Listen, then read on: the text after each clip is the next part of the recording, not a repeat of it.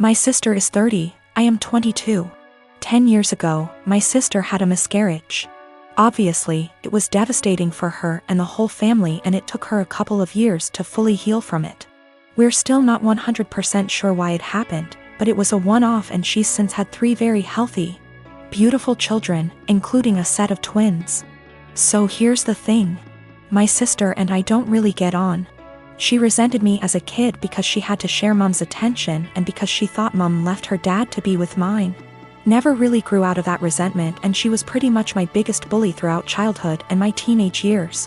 One thing she absolutely cannot stand is when Mom and I do things without her, or when Mom pays more attention to me than to her. When this happens, she calls Mom and says she's feeling really upset about the miscarriage, and without fail Mom goes running. This includes a trip to Paris I took Mom on for her birthday earlier this year, which she cut short because sister said she needed her. Also includes when I had a manic episode so bad I was hospitalized, and sister managed to need Mom every time she was planning to visit me, and so she never did. Note: these times when Mom is spending more time with me than her are the only times sister brings up what happened, and certainly the only times she still gets so upset about it. So recently I was sick.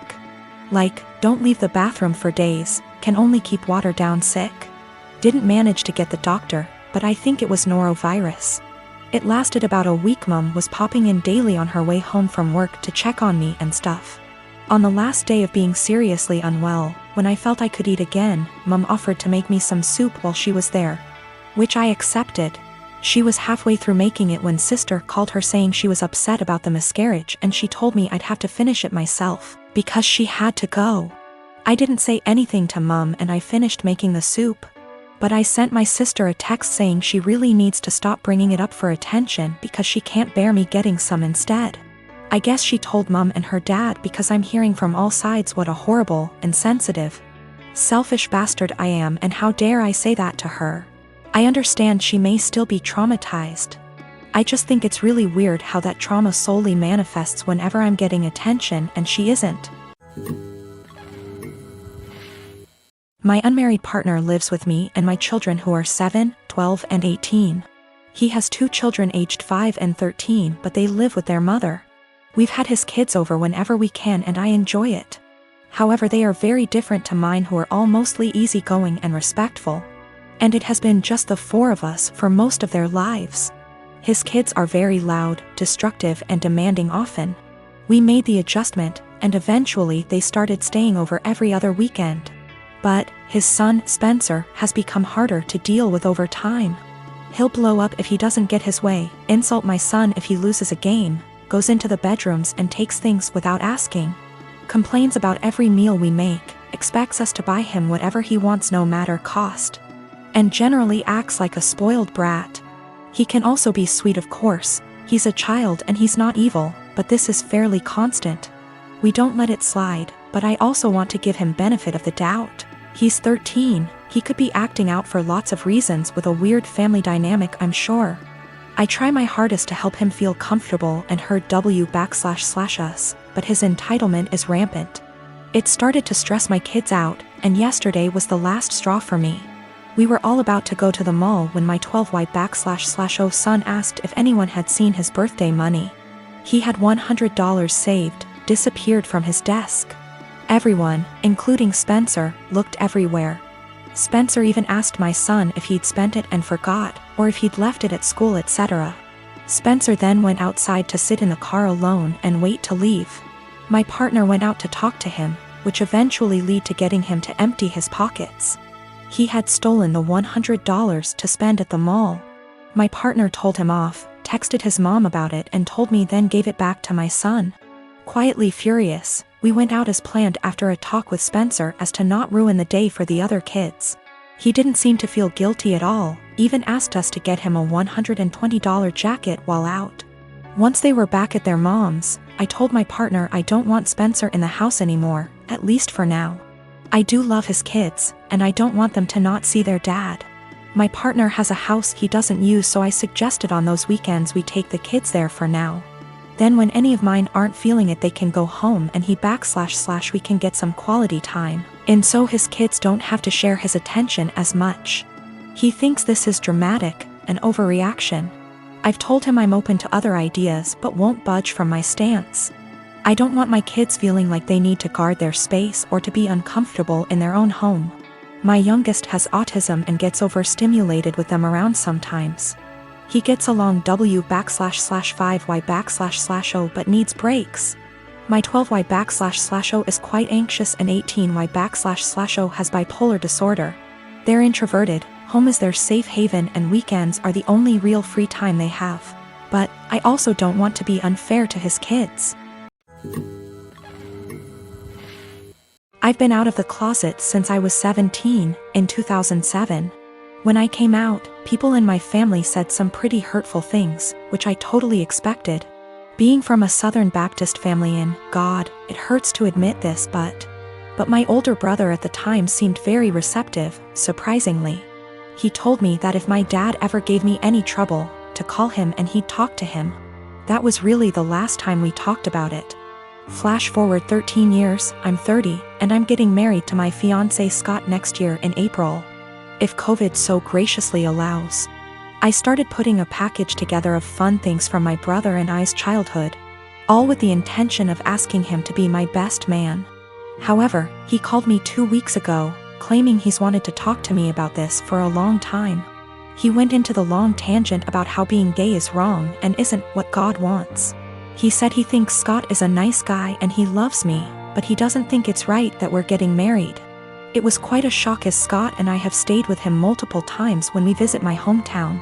To top it off, and what hurts perhaps the most, he said my 3-year-old niece, whom we adore, won't be coming to the wedding because he didn't want to have to explain to her what was going on here. Notice he only said that she wasn't coming to the wedding. I think he fully expected to still be invited after this. His wife, whom he started dating when I was 12, feels the same apparently. My whole dad's side of the family feels the same way they do, but I've already written them off mostly in my mind. My mother is beyond pissed and upset at them. I think what upsets me the most is a sense of betrayal. They were my safe spot in the family. I felt like because they're close to my age and younger and went to college, they would understand and it wouldn't be a big deal to them. I almost feel a bit embarrassed because Scott comes from a wonderful Italian Catholic family and they've never been anything less than loving and supportive. I told them that, on what is supposed to be one of the happiest days of my life. If they or anyone else is sitting in the audience and in the back of their mind thinking that what we're doing is wrong or not right, they should just stay home. I know my brother and family love me, but it feels up to a point, conditional, and limited. I told them that they learned being gay is wrong. They weren't born not liking gay people. So they can unlearn it, if they were willing. But I don't think that's going to happen. I'm at the gym today and I'm walking towards an empty squat rack. 10 feet in front of, and 1 foot to the right of my rack is another rack that a girl Belinda is doing squats on. While walking up I briefly noticed that her leggings are see-through, and when she bends down in her squats you can easily tell she's also not wearing underwear. That's not my business, that's her choice. But it made me uncomfortable to take a rack that was kinda behind her. I had been waiting my entire gym session for one of these racks to open up, and this was my last lift before leaving. So I went ahead and took it. I went through my workout as normal.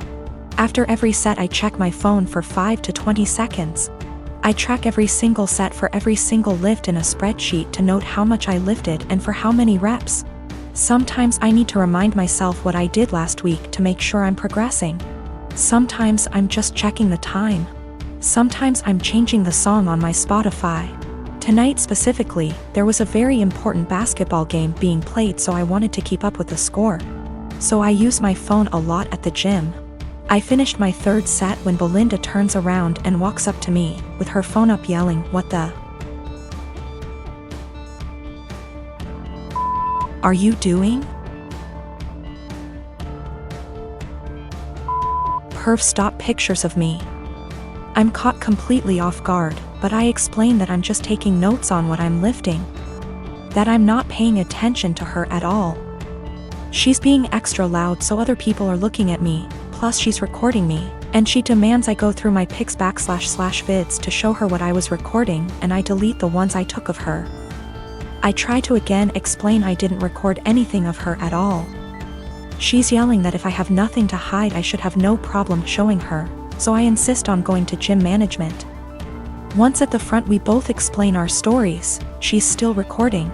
The normal gym attendee asks me if I'm willing to show her, a neutral third party, my pics /vids. She also says if I have nothing to hide it's not a big deal and we can squash it right now. I refuse. I have my own uncensored pics in there plus those of my GF. I'm not gonna let anyone force me to show them for some bullshit.